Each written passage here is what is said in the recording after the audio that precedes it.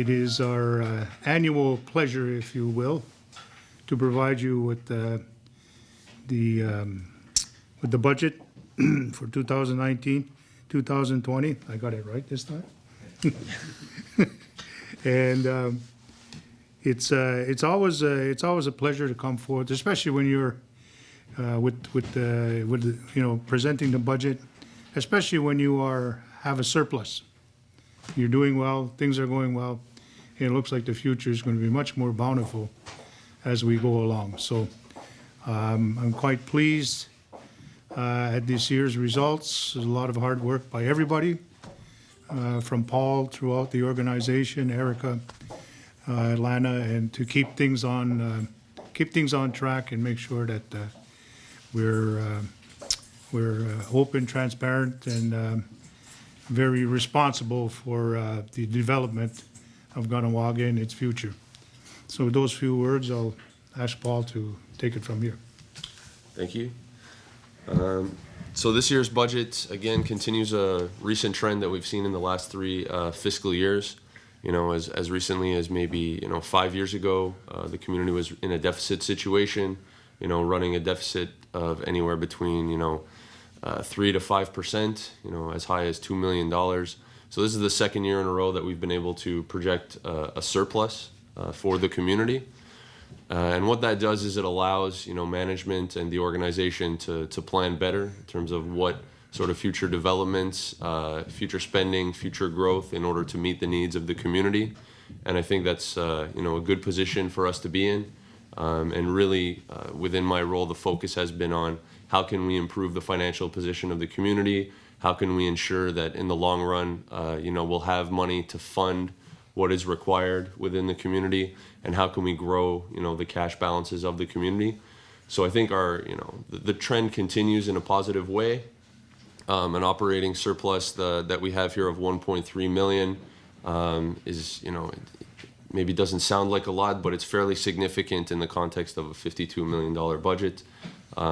And the trajectory that we're going on financially is going to allow us to be able to invest into the things that this community needs.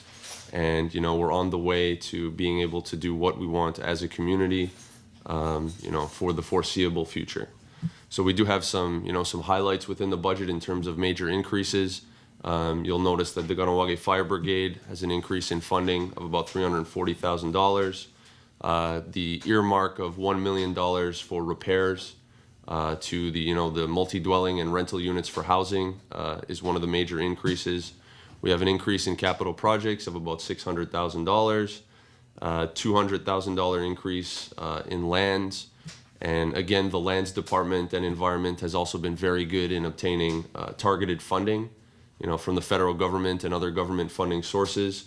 And that's a big theme as well in terms of the budget increase.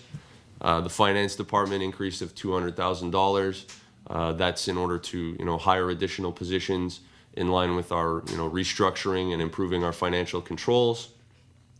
The information systems budget has a $500,000 increase. This is an investment we make every 5 years into the infrastructure, the hardware, the infrastructure of our information systems. $300,000 increase in the KGC budget. That's the increase in regulatory cost for electronic gaming devices. And then again, the major reason why the budget has increased is because we have increased revenues, right? So we have increased revenue streams, Mohawk Online, Continent 8, EGD revenue is going to come online this year as well. And then again, our managers and the organization, and really the other organizations as well, have been able to benefit from increased funding from the federal government and other funding sources and have done very well to access that. So again, the trend is very positive. Top line revenues are growing. Expenses are also starting to grow. The focus really turns to how are we going to allocate this newfound money? What investments are we going to make into the community, into the organizations, so that we see long-term benefit from our newfound money. So I just wanted to,